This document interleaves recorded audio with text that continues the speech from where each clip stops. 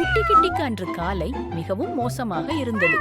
அவளுடைய விருப்பமான விளையாட்டுப் பொருள் ஒரு சின்ன வானவில் நிறப்பந்து தவறி உருண்டு அடர்த்தியான சாமந்தி பூக்களுக்குள் எங்கோ காணாமல் போய்விட்டது. மியாவ் மியாவ் என்று அவள் மெதுவாக அழ ஆரம்பித்தாள்.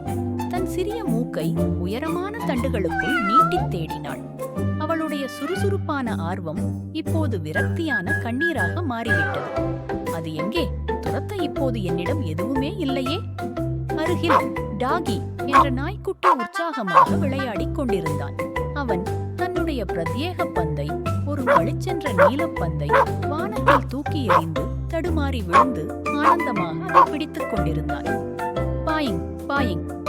ஊஃப்! டாகி கிட்டியின் வருத்தத்தை கவனித்தான்.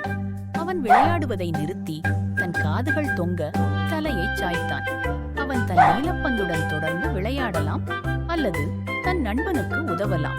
இரண்டாவது யோசனையின்றி டாகி மெதுவாக தன் நீலப்பந்தை எடுத்து மிகுந்த கவனத்துடன் மெதுவாக உருட்டி கிட்டியின் காலடியில் கொண்டு வந்து சேர்த்தான். கிட்டி ஆச்சரியத்துடன் நிமிர்ந்து பார்த்தாள். அவள் தன் காலால் ஒரு கண்ணீரை துடைத்தாள்.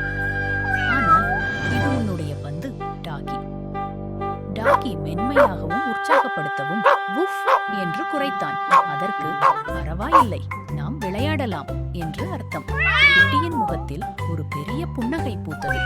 அவள் நீலப்பந்தை தொட்டு மகிழ்ச்சியுடன் வாவ், நன்றி டாகி என்றாள். பின்னர் அவள் கொல்லைப்புறத்தின் மறுபுறம் பார்த்தாள். அங்கே அவளுடைய நண்பன் விஸ்கர்ஸ் தனியாக விளையாடிக் கொண்டிருந்தான். ஹேய் விஸ்கர்ஸ் என்று கிட்டி சத்தமாக அழைத்தாள்.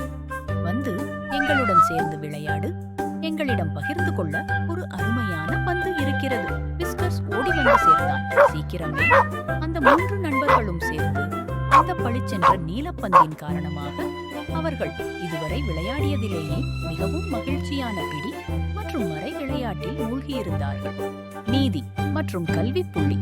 பகிர்ந்து கொள்வது மகிழ்ச்சியை கொண்டு வரும் மற்றும் விளையாட்டை இன்னும் சிறப்பாக மாற்றும். நீங்கள் மற்றவர்களிடம் அன்பாக இருக்கும்போது எல்லோரும் வெற்றி பெறுவார்கள்.